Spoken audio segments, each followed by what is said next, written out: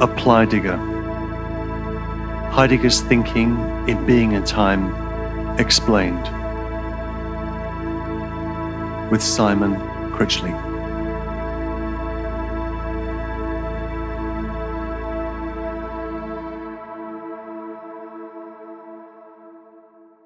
Hello everyone. Episode 13. Anticipatory Resoluteness. And it's here where Heidegger brings together chapters 1 and 2 of Division 2, the discussion of being towards death and the discussion of conscience. And he brings those two concepts together in the notion of anticipatory resoluteness. Anticipatory resoluteness, and we'll explain that. And then there's this little digression on method, and in 63, and then in 64, there's a very interesting discussion of the question of the self or the subject. So that's what we're going to do in this discussion. And just looking ahead, once we've finished this chapter, chapter 3, Division 2, then we have really completed the analytic of Dasein in the mode of authenticity. We've completed the analytic of Dasein in the mode of authenticity, but things are not over. Once the analysis of Dasein's authentic being a whole is completed, then the task is one of repeating the analytic of everydayness from the perspective of temporality. So what's going to happen in the next chapter, and it is much more interesting than it sounds, is we're going to repeat the analysis of average everydayness in Division 1, but in the light of temporality.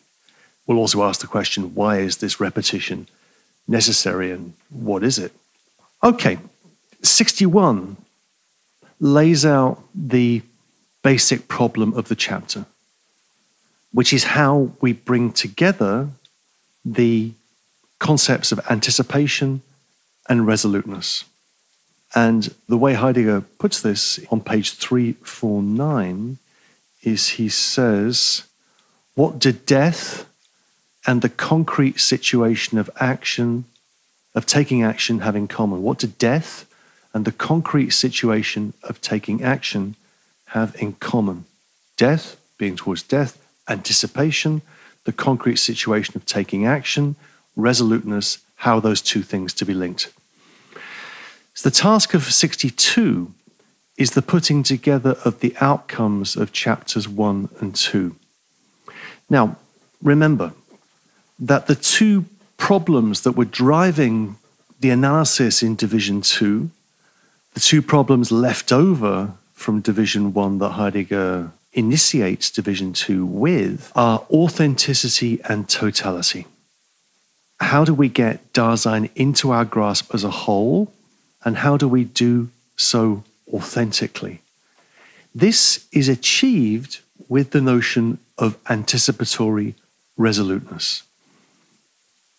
In this notion, to use a key concept in Being and Time, it's mentioned rather on page 356. The concept is modalization, that being towards death and conscience modalize each other. Modalize each other. They are modalities of the same basic movement. The modality of being towards death, which is ontological and existential, and the modality of conscience, which is ontic and existential. But the point is we need both modalities. So let's take this from the two sides of the two concepts. Resoluteness is only possible if it is thought right through to the end, Heidegger says. Resoluteness is only possible if it's thought right through to the end. If resoluteness is the manner in which Dasein takes into itself its authentic potentiality for being, then this potentiality has to be thought through in relation to death as the outermost limit of potentialization. Right? Death as the outermost limit of potentialization. Therefore, we can say, I'm quoting here from page 353, Heidegger says, resoluteness does not just have a connection with anticipation, as with something other than itself. It harbors in itself authentic being towards death as the possible existential modality, is that word again, modality of its own authenticity. This connection must be elucidated phenomenally. So it's therefore only in anticipating that resoluteness becomes fully resolute, because only in relation to being towards death does resoluteness get a grip on potentiality for being as a whole. So authentic resoluteness, this is the point, has to be anticipatory resoluteness. It has to be resoluteness all the way to the end. 354, halfway down the page. Only anticipatory resoluteness understands the potentiality for being guilty authentically and wholly, that is to say, primordially. Only anticipatory resoluteness understands the potentiality for being guilty authentically and wholly, that is to say, primordially. And then note here that footnote that is just marked there, footnote 2, Roman 2 on page 354, which is one of these moments when the ice breaks up. And I like watching the moments when the ice breaks up in Being and Time, as we saw last time in the discussion of conscience. But if you look at that footnote, it's on page 496. He says, the being guilty which belongs primordially to Dasein's state of being must be distinguished from the status corruptionis as understood in theology. Theology can find in being guilty, blah, blah, blah, blah, blah, blah, blah. A few lines further on, the existential analysis of being guilty proves nothing either for or against the possibility of sin. Taken strictly, it cannot even be said that the ontology of Dasein of itself leaves this possibility open.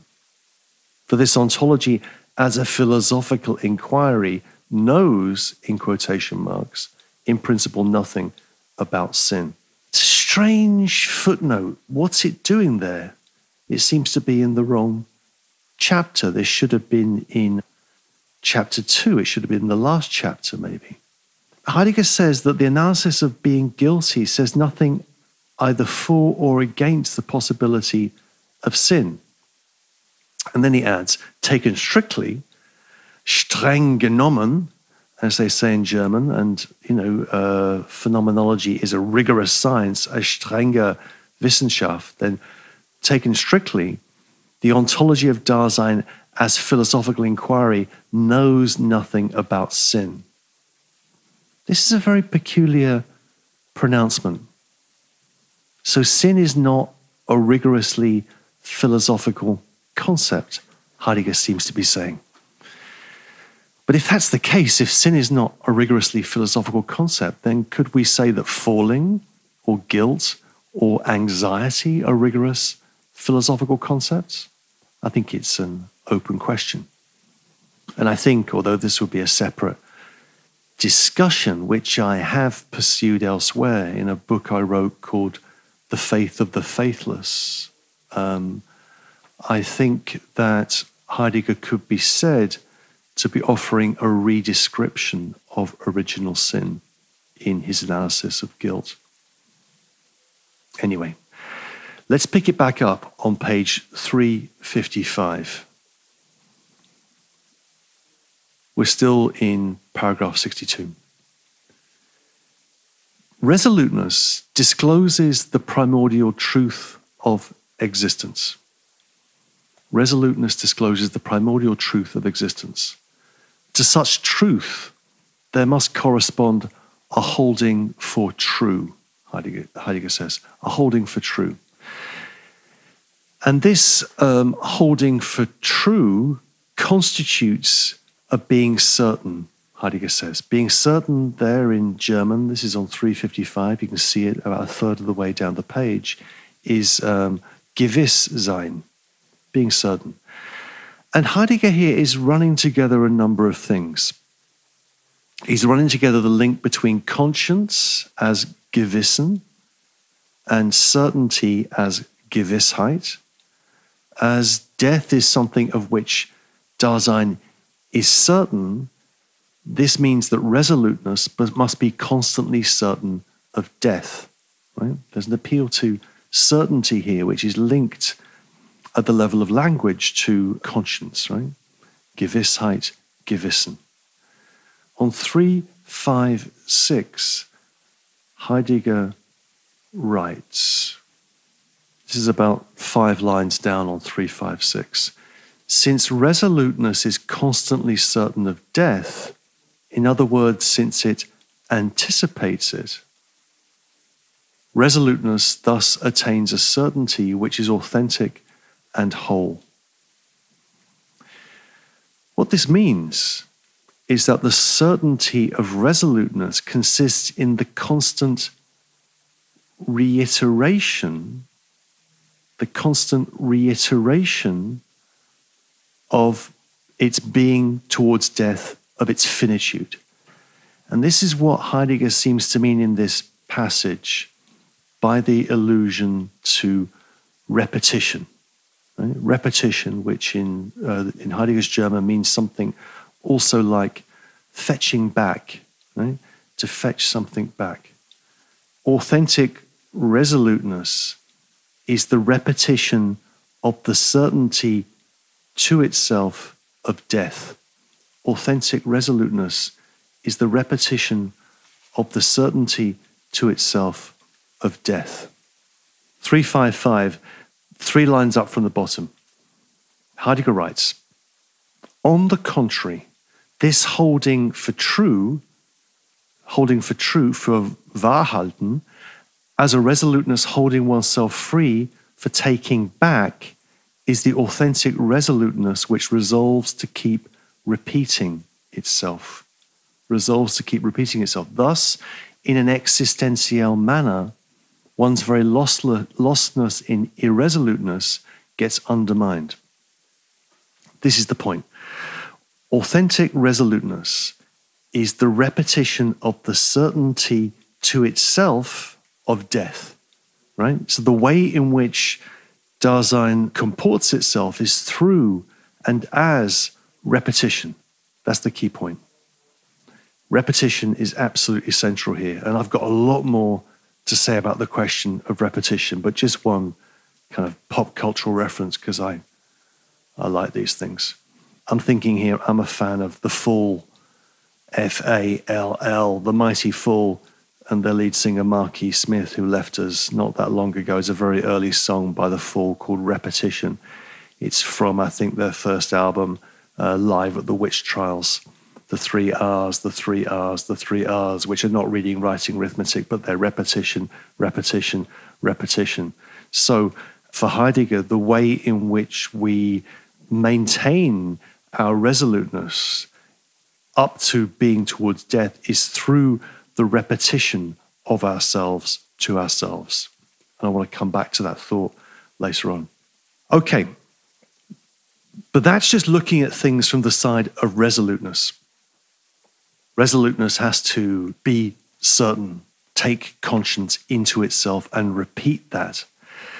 What about the side of anticipation? From the side of anticipation, it looks a little different. And this takes us back to the idea of being towards death as ontologically or existentially correct, but lacking any ontic existential facticity. And Heidegger tries to answer this question on 357. He says on the second line, we have now shown that anticipation is not just a fictitious possibility which we have forced upon Dasein, it is a mode of an existential potentiality for being that is attested in Dasein. attested, that key word in the previous chapter. Conscience is the attestation, the witness, the testimony of being towards death.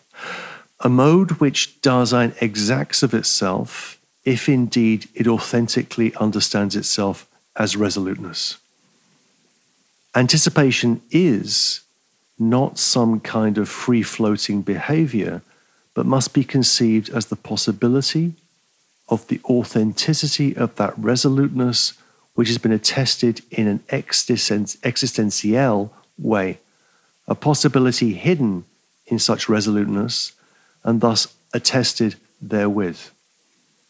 Authentic thinking about death is a wanting to have a conscience, which has become transparent to itself in an existential manner.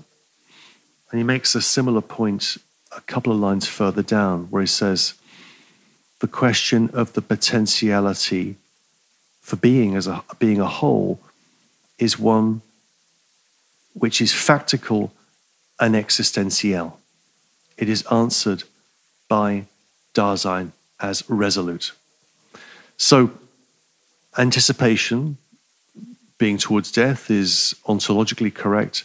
Resoluteness is the way in which we can find testimony for that anticipation in the form of conscience. Then there's a very powerful paragraph still on 357. I want to read to you. It's the last full paragraph on 357. Anticipatory resoluteness is not a way of escape fabricated for the overcoming of death. Overcoming of death. It is rather that understanding which follows the call of conscience and which frees for death the possibility of acquiring power over Dasein's existence and of basically dispersing all fugitive self-concealments. Nor does wanting to have a conscience which has been made determinate as being towards death signify a kind of seclusion in which one flees the world. Rather, it brings one without illusions into the resoluteness of taking action. Look at this, the resoluteness of taking action. Neither does anticipatory resoluteness stem from idealistic exactions soaring above existence and its possibilities. It springs from a sober understanding of what are factically the basic possibilities for Dasein, along with the sober anxiety which brings us face to face with our individualized potentiality of a being. There goes an unshakable joy in this possibility. In it, Dasein becomes free from the entertaining incidentals with which busy curiosity keeps providing itself, primarily from the events of the world. But the analysis of these basic moods would transgress the limits which we have drawn for the present interpretation by aiming towards fundamental ontology. Long quote, but it's a very interesting paragraph. Anticipatory resoluteness is not an overcoming of death. It's rather a way in which death has a power over us, over Dasein, that disperses all the fugitive self-concealments of the they. Right? The fugitive self-concealments of falling into the they, into what they do. And we note here again the kind of paradox of power that runs through these chapters of Being and Time. Anticipatory resoluteness is the way in which we can become powerful, gain power over ourselves, and that power shatters itself against its impotentialization in being towards death. It's the possibility of impossibility, as Heidegger says 2 chapters back. So anticipatory resoluteness does not signify a flight from death or a flight from the world. On the contrary, it brings one into the resoluteness of taking action. In quotation marks, taking action. along with sober anxiety, and notice the emphasis upon the sobriety of anxiety. It's not drunken anxiety, it's sober, clear-eyed. Along with that, there is an unshakable joy. Joy. This could be the basis for a joke, but I won't make it, but I will. Joy in German is Freude. So if you're interested in the relationship between Heidegger's existential analytic and psychoanalysis, you could ask the question, well, where is Freud in Being and Time? Well, the name Freud means joy. So the joy here is the joy of sober anxiety. The sober anxiety is joyful. It's the joy of assuming one's finitude. And Heidegger, with references like this to joy, teases us, we could say, with the possibility of other basic moods, namely that it's not just anxiety that's going to do the disclosive work at the existential analytic. Perhaps there's a space for joy. Perhaps, as Heidegger says in the 1929 lecture course, Fundamental Concepts of Metaphysics, deep boredom can do that work of disclosure. Joy will come up again in chapter 4, in the next chapter, just to look ahead. So that's paragraph 62. That's, what we've done there is we've knitted together anticipation and resoluteness into this concept of anticipatory resoluteness. And with that, we've brought together the two analyses of the first two chapters of Division 2. And in a sense, we've come to a kind of halting point. Now, this takes us into paragraph 63. I'm going to skip over some of what's happening here in 63 because there's a lot to get through in this chapter. But let me make a few points. What Heidegger's really concerned with in this kind of pause in the analysis is the question of method. And he raises the question of violence. Not physical violence, but hermeneutic violence. References to violence kind of are scattered on page 359. You can find them for yourself about halfway down the page, in particular on 359. The claim is that which we ourselves are, that which we ourselves are is ontologically furthest from us, and therefore we need to wrest our authentic being from the tendency to falling that defines our everyday being in the world. So this wresting, this pulling of ourselves from our tendency towards falling requires a counter pull. What is called here a pull, what is called in German a Gegenzug, a counter tug, a pull or a train in the opposite direction. And this is what Heidegger means by violence. Right? So in order to lay bare who we are authentically, we have to violently push against our tendency towards falling that defines our being. Right? So this is what's meant by doing violence, doing hermeneutical violence to ourselves by pushing ourselves against our tendency towards falling. And there's a lot we could say here about the meaning of violence, and we could connect it to other discussions of violence which are a little bit earlier, in someone like Sorel, Reflections on Violence of Sorel, early 20th century, and then famously and more or less contemporary with Heidegger's thinking, in the thinking that emerges into Being and Time, Walter Benjamin and Benjamin's critique of violence. So we could, if we wanted to, connect what Heidegger's saying about violence to those discussions of violence, if we wanted. Let's put that to one side. It's a big topic, an interesting topic. But the point is that authenticity requires a violent operation. It requires that we exert a violence with regard to ourselves.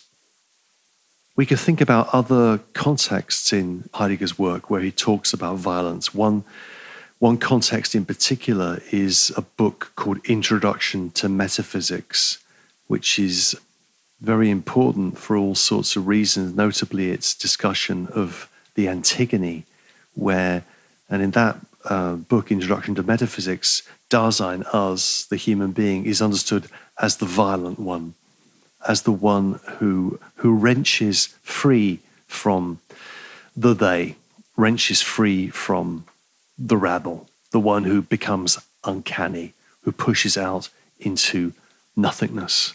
And that requires a violence with regard to ourselves. That's the first point I wanted to make in relation to 63. The second point is that if fundamental ontology is violent, then Heidegger asks, is the interpretation of Dasein arbitrary? Right?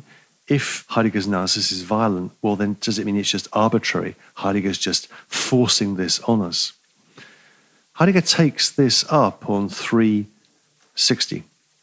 And obviously the answer to the question is no. But what happens on 360 is that Heidegger backs up into a useful and slightly defensive summary of Being and Time on 361, 362. If you're looking for a summary of the whole argument, if you're feeling a bit lost, not in the they self, but lost in the forest of Heidegger's words, then 361, 362 might help. So the fact that Heidegger's analysis is necessarily violent doesn't mean it's arbitrary. Third point I want to make is we get a discussion in paragraph 63, a further discussion actually, of the problem of presuppositions in fundamental ontology, and whether Heidegger is presupposing what he is analyzing and whether he is therefore moving in a circle. Is Heidegger's pattern of reasoning in Being and Time circular? To which the answer is, of course, yes. He makes this claim on 362 at the top of 363 and all the way down 363, the charge of circularity. The issue for Heidegger, as ever, is not one of avoiding circularity. The question is rather how we enter into circularity and whether we see circularity as virtuous or whether we see it as vicious. You might remember that the way in which this came up earlier in Being and Time was through a discussion of understanding and the relationship between understanding and interpretation. Namely that we understand and our understanding is laid out through acts of interpretation. But this structure of interpretation and understanding is itself circular. So circularity isn't something to be avoided, it's something to be accepted and entered in the right way.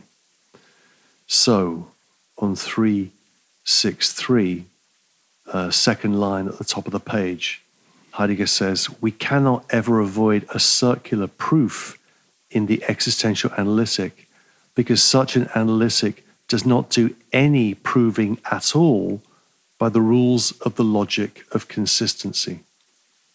So once again, it's not a question of avoiding circularity, but of approaching circularity in the right way.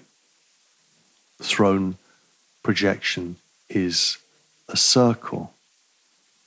Dasein and being, Dasein as the being that possesses an understanding of being, Dasein and being, are also a circle.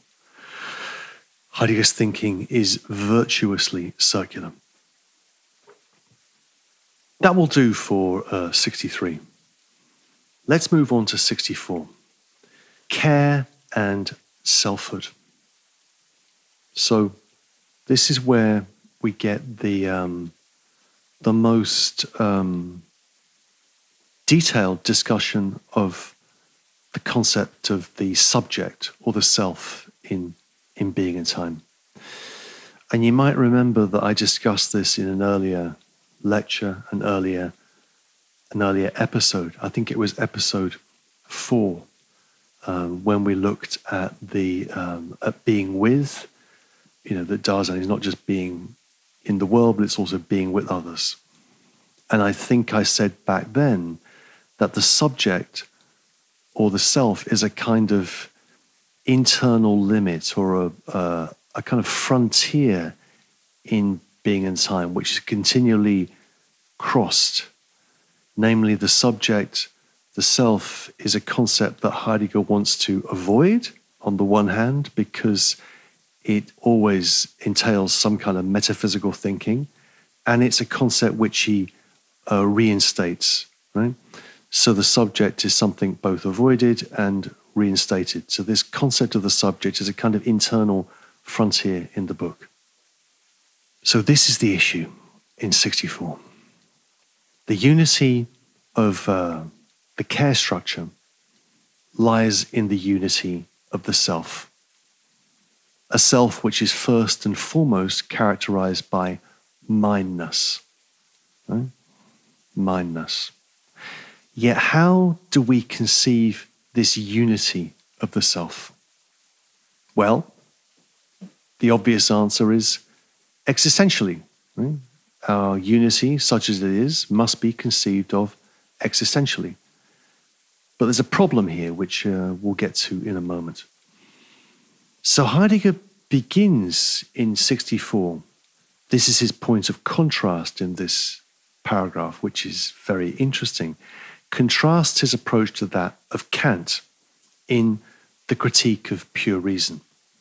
Now, Heidegger admits, as Kant admits, as Descartes admits, that the starting point for any articulation of the self lies in saying I. Lies in saying I.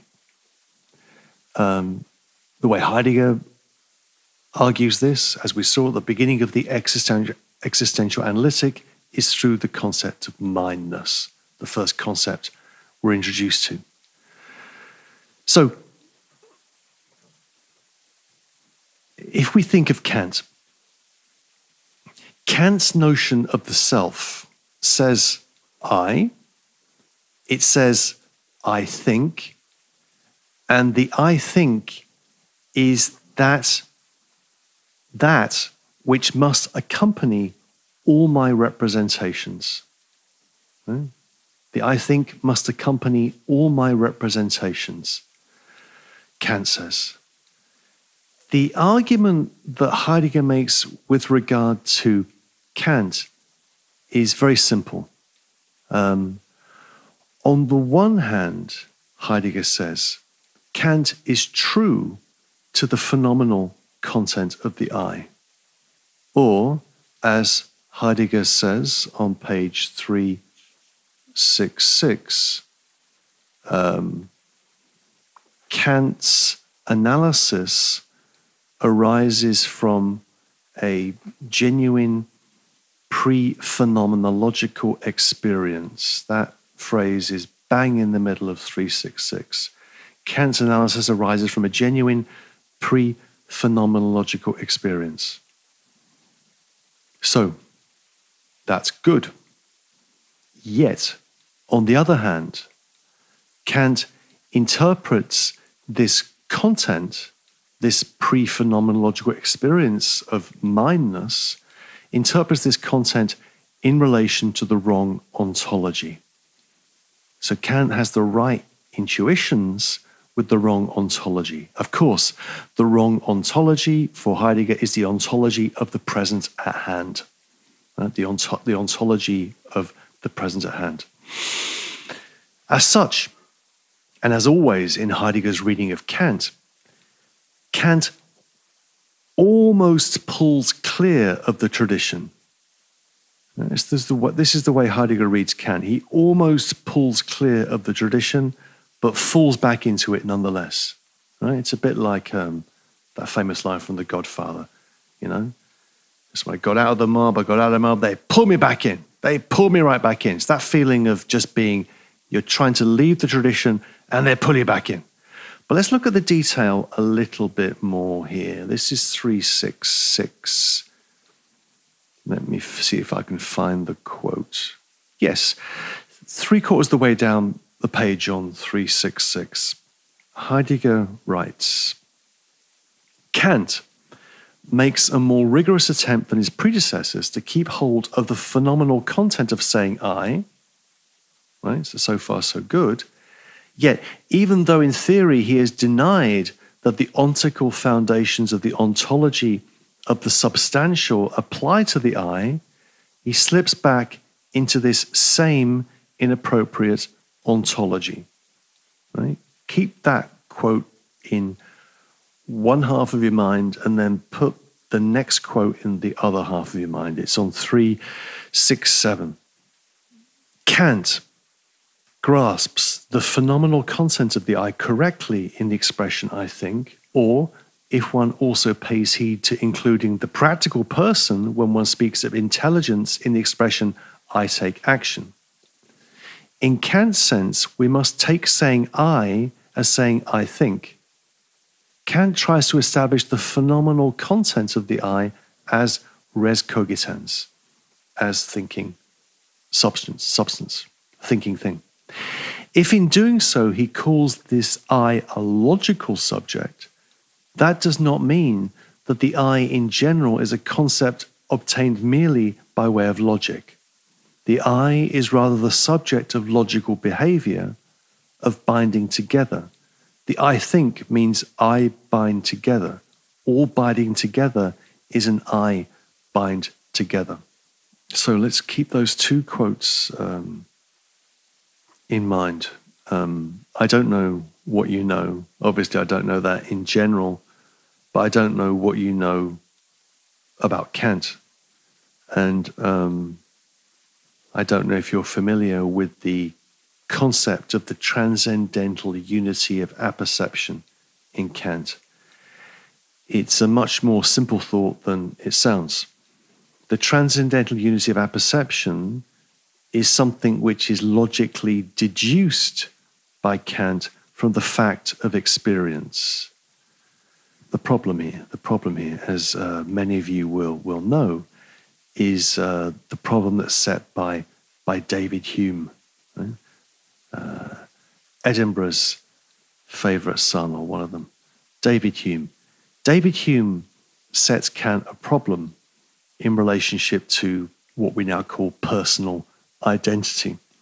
Namely, that our personal identity, Hume says, consists merely in bundles of perceptions.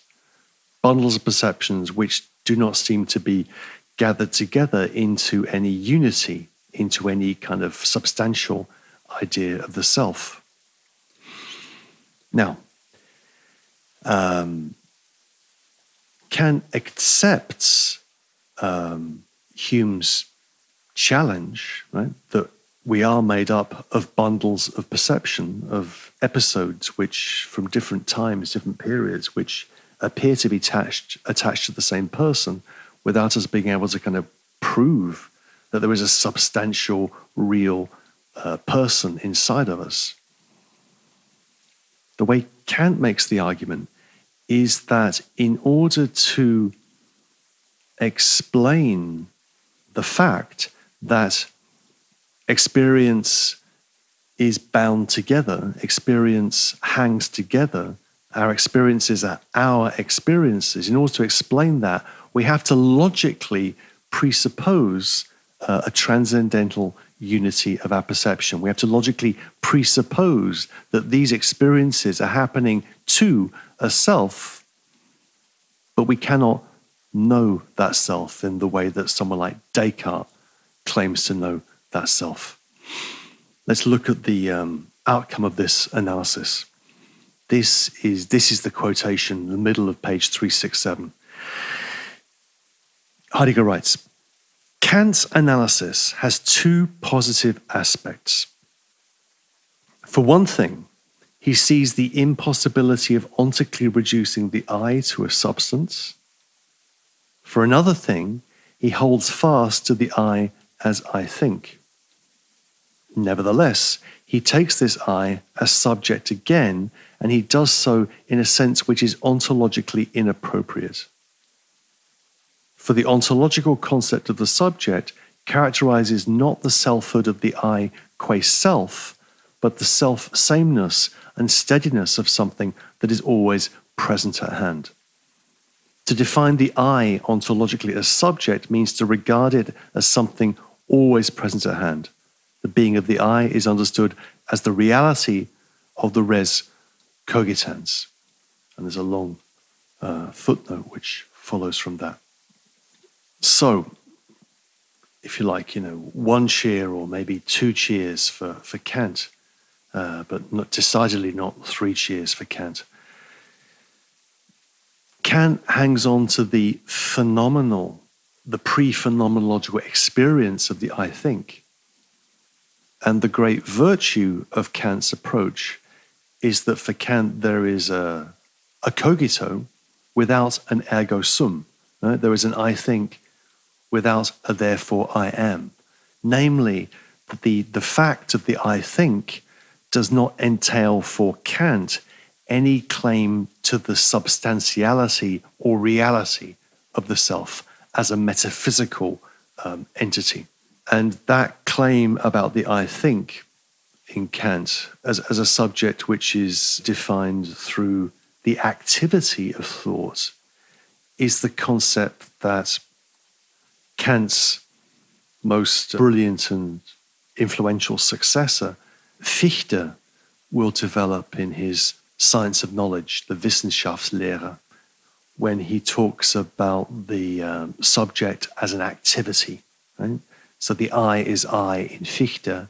The first principle of philosophy for Fichte is an idea of thought as activity, which is the way in which Fichte tries to unify theoretical and practical reason. But that's a separate topic, but an interesting one. So that's the 1 or 1.5 cheers for Kant. For Kant, the I think is a cogito without an ergo sum. There's no substantiality to the self. Yet negatively, Kant still moves within an ontology of the present at hand, which means that Kant slips back into the position of an isolated subject. This is what happens when you work with the ontology of the present at hand. You slide back kind of willy-nilly into a subjectivism, and you miss the phenomenon of the world, right? The phenomenon of the world. On 368, Heidegger makes this point. This is about, let's see, 2, 4, 6, 8, 9 lines in, maybe 10 lines in, on page 368. Kant did not see the phenomenon of the world and was consistent enough to keep the representations apart from the a priori content of the I think. But as a consequence, the I was again forced back to an isolated subject, accompanying representations in a way which is ontologically quite indefinite. Now, there are ways of challenging this approach to what Heidegger's doing here, ways of challenging this as a reading of Kant, in particular, the way in which the subject is described by Kant in relation to practical reason, the subject of the kingdom of ends, the moral subject of the kingdom of ends, the moral subject, which is defined by respect for persons, therefore a kind of intersubjective subject. In Kant, this would not be a wild and crazy thing to say that Kant could be redescribed as a thinker of intersubjectivity. But Heidegger's critique is that although Kant gets it right, as it were, pre-phenomenologically, he falls back into an isolated subject because he has the wrong ontology, the ontology of the present at hand. So if we assume that that's right about Kant, then how are things different for Heidegger's approach? Well, this is where we encounter a problem. Dasein is defined as being in the world, as I've said 1,000 times in these lectures. Dasein is defined as being in the world, but this means that Dasein understands itself in terms of the world in such a radical fashion that Dasein falls into the world and it becomes a they self. I is another, right? I is another. Je est un autre. In the world of the they, in the world of das Man, the one, the they, I am them. I am at one with them. I think what they think. All of that stuff that we've seen before. So how does this play out? On page 368, Heidegger, the beginning of the last, it's just over halfway down the page on 368. What is the motive for this fugitive way of saying I? It is motivated by Dasein's falling. For as falling, it flees in the face of itself into the they. When the I talks in the natural manner, in quotation marks natural, this is performed by the they self. What expresses itself in the I is that self which, proximally and for the most part, I am not authentically. So Dasein's selfhood is only conceivable existentially in the mode of authenticity. Heidegger conceives it as what he calls the constancy of the self. Right? So most of the time we lose ourselves in the world. When we pull ourselves back from the world authentically, we can achieve something like a constancy of the self, Heidegger says. Let me make a long quote here. This is from page 369. This is going to be actually a rather long quote, but it's an important quote. So halfway down the page on 369. Selfhood is to be discerned existentially only one's authentic potentiality for being oneself. That is to say, in the authenticity of Dasein's being as care. In terms of care, the constancy of the self, as the supposed persistence of the subjectum, gets clarified. But the phenomenon of this authentic potentiality for being also opens our eyes for the constancy of the self, in the sense of its having achieved some sort of position. The constancy of the self, in the double sense of steadiness and steadfastness, is the authentic counter possibility to the non-self-constancy which is characteristic of irresolute falling. Existentially, self-constancy signifies nothing other than anticipatory resoluteness.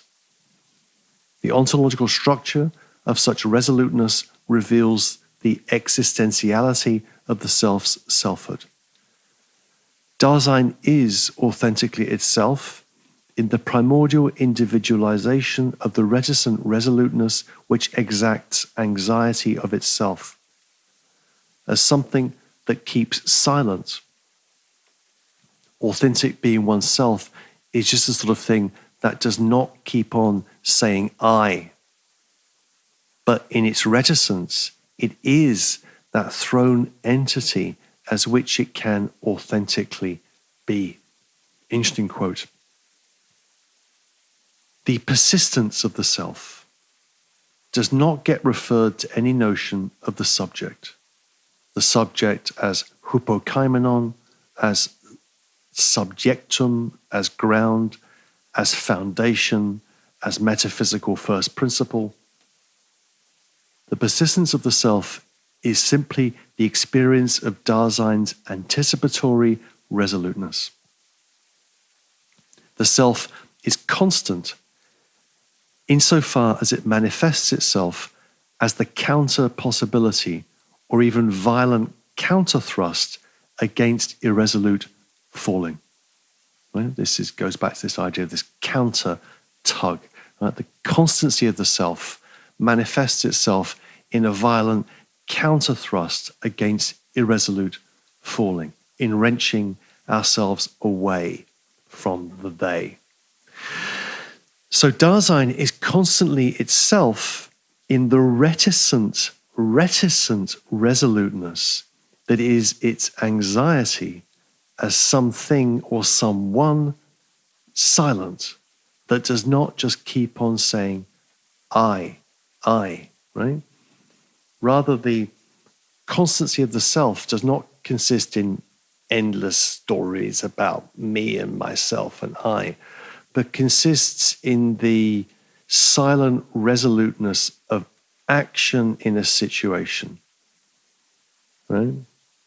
That's the claim that Heidegger's making. A claim for the constancy of the self as a counter movement against the falling of the self into the they. But, and this is the problem, this constancy is not constant. This constancy is only as long as Dasein authentically is. Which is not for all time, but for a while, for a moment, for the duration of what Heidegger will call soon the moment of vision.